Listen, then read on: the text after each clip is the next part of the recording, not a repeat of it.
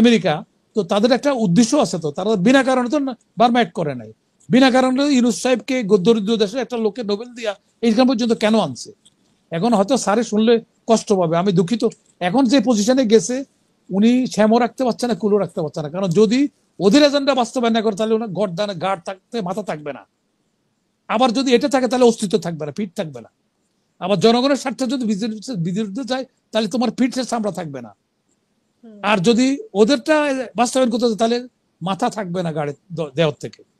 এখন উনি এরকম মহাসংকটে পড়ছেন বিকজ অফ ওনার কিছু অতি অ্যাম্বিশনসের কারণে উনি এই সংকটের মধ্যে পড়ছে। আর 84 বছর বয়স, নোবেল পাইছে, তারপরে এখন সম্মান পাইছে, এখন সম্মানটা রক্ষা করে বিদায় হওয়াটা ওনার কাছে উত্তম ছিল। কিন্তু সেটা না করে উনি ওই যে আজরাইল রাষ্ট্রের যে ওইদিকে দেখা হবে, কিন্তু ওনার যারা ওনাকে নার্সিং করে আসছে ওনাকে তুষ্ট করতে যাইয়া না তুষ্ট করতে পারবে, না এখানে ওনাদের উনি এখানকার জনগণের কাছে সুনাম রক্ষা করতে পারবে। আমি কিন্তু একটু ইঙ্গিত দিলাম, বিএনপি বুঝলে ভালো, না বুঝলে আরো ভালো। হ্যাঁ, বিএনপিকে এর আগেও আমি সতর্ক করছিলাম যে আপনারা বোকার সঙ্গে বাস করছেন, আপনারা ক্ষমতা আসছেন না।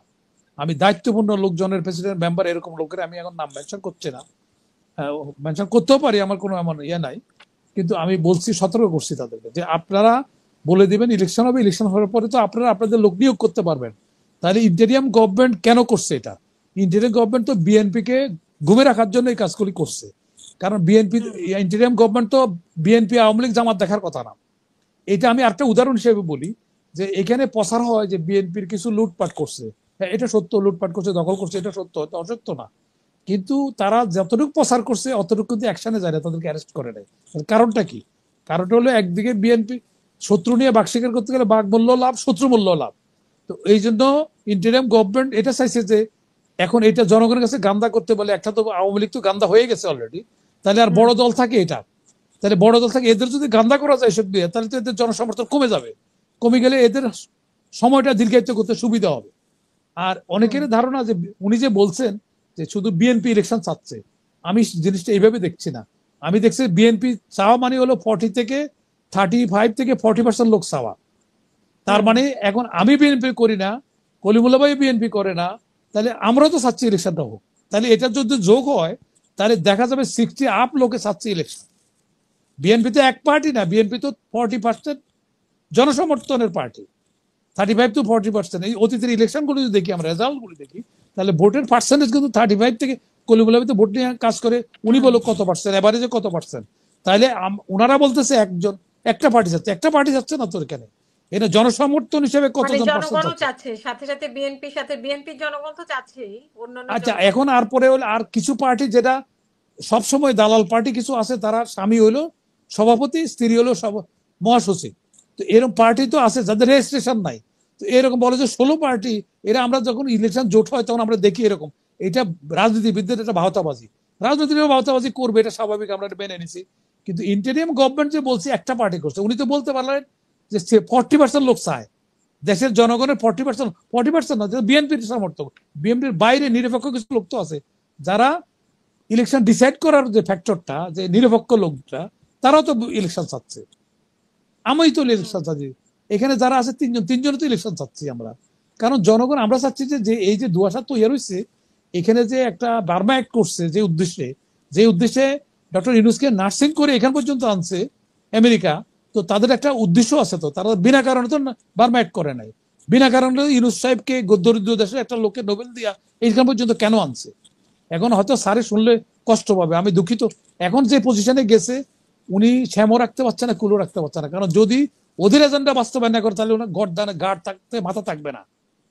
আবার যদি এটা থাকে তাহলে অস্তিত্ব থাকবে না, পিঠ থাকবে না। আবার জনগণের স্বার্থে যদি বিরুদ্ধে যায় তাহলে তোমার পিঠের চামড়া থাকবে না। আর যদি ওদেরটা বাস্তবায়ন করতে তাহলে মাথা থাকবে না গাড়ি দেওয়ার থেকে। এখন উনি এরকম মহাসংকটে পড়ছেন বিকজ অফ ওনার কিছু অতি অ্যাম্বিশনসের কারণে উনি এই সংকটের মধ্যে পড়ছে।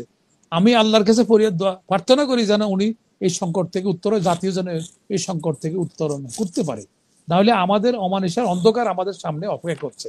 আমি আজকে দায়িত্ব নিয়ে মিডিয়ার মধ্যে বসে রেকর্ডে রাখো এটা, ভবিষ্যৎ আমি যদি আমার এই কথাগুলো যদি মিথ্যা হয় আমি খুব খুশি হব, কিন্তু আমার এই কথাগুলো মিথ্যা হচ্ছে না, আমি সেটাও বলছি দৃঢ়ভাবে।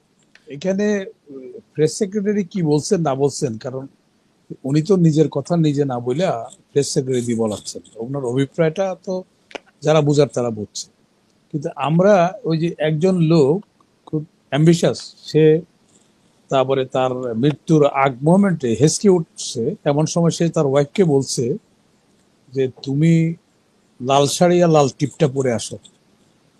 ওয়াইফ একটু অবাক হলো যে মরতে যাচ্ছে, মরার আগ মোমেন্টে কেন সে লাল শাড়ি আর লাল টিপ পরে আসতে বলছে। বলছে কি তোমার মতলবটা কি, তুমি লাল শাড়ি আর লাল টিপ পরে আসতে বলছো কেন? পরে বলছে, হ্যাঁ। তো একজন এম্বিশাস লোক মৃত্যুর পূর্ব মোমেন্টে যখন হেসকে উঠতেছে, তখন সে তার ওয়াইফকে বলছে লাল শাড়ি আর লাল টিপটা পরে আসছে। তো ওয়াইফ একটু অবাক হচ্ছে, সে মরতেছে, দোয়ার দুধ পড়বে, সে লাল শাড়ি আর লাল টিপ পরে আসতে কেন বললো? তো তখন তার এই কৌতূহলের বশত সে জিজ্ঞাসা করলো, তুমি এই সময় আল্লাহ খোদার নাম নিবা, তুমি এখন আমাকে লাল শাড়ি লাল টিপ পরতে কেন বলছো? বলে বলছি আজরাইল যখন আসবে, লাল শাড়ি লাল টিপের দিকে যদি তোমার চেহারাটা ভালো দেখা যায়, তাহলে ওইদিকে যদি তাকায়, তাহলে এই তাকানোর সময়টুকু বেশি দিন বাঁচতে পারবো আমি। তো এখন অতি মেশাস লোকজন ওই অংশটুকু তার কাছে গুরুত্বপূর্ণ হয়। তো সেই জন্য এখন আমাদের ডক্টর ইউনূস সাহেব, ওনার 84 বছর বয়স, নোবেল পাইছে, তারপরে এখন সম্মান পাইছে, এখন সম্মানটা রক্ষা করে বিদায় হওয়াটা ওনার কাছে উত্তম ছিল। কিন্তু সেটা না করে উনি ওই যে আজরাইল আসলে যে ওইদিকে দেখা হবে, কিন্তু ওনার যারা ওনাকে নার্সিং করে আসছে, ওনাকে তুষ্ট করতে যাইয়া না তুষ্ট করতে পারবে, না এখানে ওনাদের উনি এখানকার জনগণের কাছে সুনাম রক্ষা করতে পারবে। আলটিমেটলি উনাকে যাইতে হবে, উনি যতই তালবানা করুক, হয়তো সময় একটু দীর্ঘায়িত হবে, তবে উনি সম্মান নিয়ে যেতে পারবে না, আমি এটা নির্দ্বিধায় বলতে পারি। যদি ডিসেম্বরের পরে উনি ইলেকশনের তালবানা করবে, এটা কোনো সন্দেহ নাই, উনি তখন আরেকটা ইস্যু তৈরি করবে। কারণ ওনার প্রথমে মতলবে বোঝা যাচ্ছে, আমি কিন্তু আগেও বলছি এটা অন্য অন্য মিডিয়াতে, যে ওনার মতলবে মনে হচ্ছে উনি দীর্ঘায়িত করতে চাচ্ছে, যার ফলশ্রুতিতে ইলেকশন কমিশনে উনি হাত দিচ্ছেন না। তারপরে যে ইলেকশন কমিশনগুলি যারা জাতের ভোট দিয়ে করছে, সেই লোকগুলির এখনো জবাবদিহিতার আওতা আনে নাই।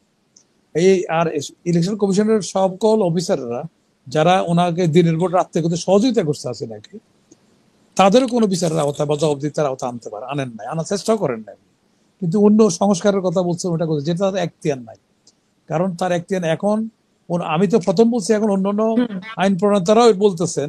কারণ এখানে ইন্টেরিয়াম গভর্নমেন্টের যে আমাদের আরেক বন্ধু মহসিন রশিদ, উনি উনি ওই আমার ওই কথা শোনার পরে উনি আমাকে বললেন যে আমি মামলা করব, যে সরকারের যে একটা হাইকোর্টের উপদেশ অনুসারে তারা যে সরকার গঠন করছে, তখন তত্ত্বাবধায়ক ছিল না, তখন ওনারা বলছে, আইনমন্ত্রী বলছে যে ওনারা সুপ্রিম কোর্টের মতামতের ভিত্তিতে ওনারা ইন্টারিম গভর্নমেন্ট করছে। এখন দেখা যাচ্ছে ওই কাগজ নাই, কারণ তখন সিবিআই জাস্টিস তো পলাতক, তো তাহলে সিগনেচার কিভাবে নিল? এখন মোহাম্মদ হোসেন রশিদ পাবলিক ডকুমেন্ট, এটা জনগণের কাছে গোপন রাখার বিষয় না, এটা কেউ যদি চায় সেটা দিতে বাধ্য। কিন্তু এখন মহসিন রশিদ হাইকোর্টে মামলা করছে, এটা নিয়ে এখন পর্যন্ত তারা দিতে পারছে না যে ডিরেকশনের মধ্যে কি লেখা ছিল। তার মানে একদিকে সংবিধানে নাই, একদিকে ডিরেকশনের কথা বলছে, এটা অনেকটা ওই হাসিনার রিজিগনেশন লেটারের মতো হচ্ছে, এটার কোনো দেখাতে পারছে না। তাহলে এই যে একটা জনগণের সাথে একটা ভাওতাবাজি, এটা তো এই গভর্নমেন্টের কাছে আমরা এটা আশা করি না। এটা পলিটিক্যাল গভর্নমেন্ট করতে পারে, তাহলে ওনারা জনপ্রশাসনে পাবলিক ডকুমেন্ট পেপারে দিয়ে দিতে পারে যে এই মানে চিফ জাস্টিস এই কথা দিচ্ছে, এই যে সিগনেচার, এই হলো তার ডিরেকশন হিসেবে আমরা গভর্নমেন্ট গঠন করছি।